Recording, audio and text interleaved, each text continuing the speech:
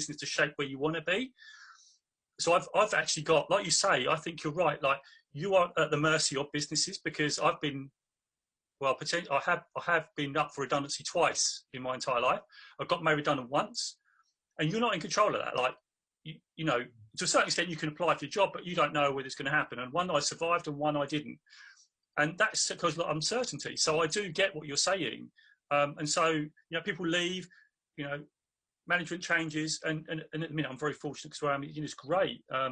But as I say, I've got this that I'm doing here, like you. Also, I'm stretching out a little bit, right? I'm trying to, bit by bit, building this for the last, you know, 2 years. I've been doing this now really solidly. It is hard, right? Because at the minute, no income. You're just like doing this because I've got a purpose, and that's what I really think. So I want to, you know, inspire people. I think that's what you're speaking about, because you just, because I know, remember, I just tell a little story where, when I was playing in a band, I played in a band, and people on the podcast will know. And I remember my mother-in-law saying, you should really go and get a proper job. There's that whole sort of thing about, oh, I better go and get a job. And that's how it all started. I started, oh, I've got, like you said, I've got you know, I had a girlfriend, we got married, and then you go on to that, and you go on to that. I'm saying it's not nothing wrong with that, but I did tell you earlier that I did suffer with depression, and I thought, I've got to find meaning in that, really, that whole thing about, what am I doing?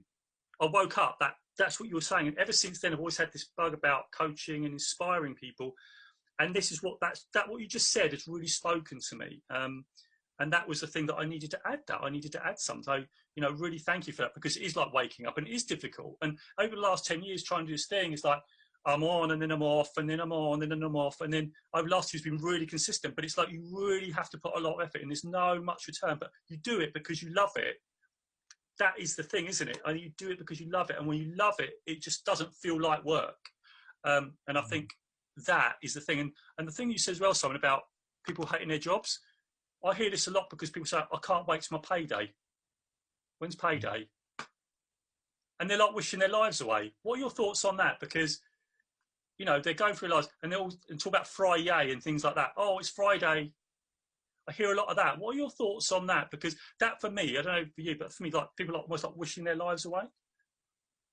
Well, for me, you're talking about work-life balance issue there. So, you know, again, my view is, I mean, if you ask me what day of the week it is right now, I couldn't tell you.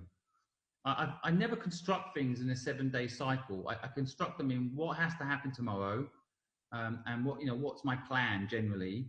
And, you know, I do things, there's no such thing as work-life balance. There's just life.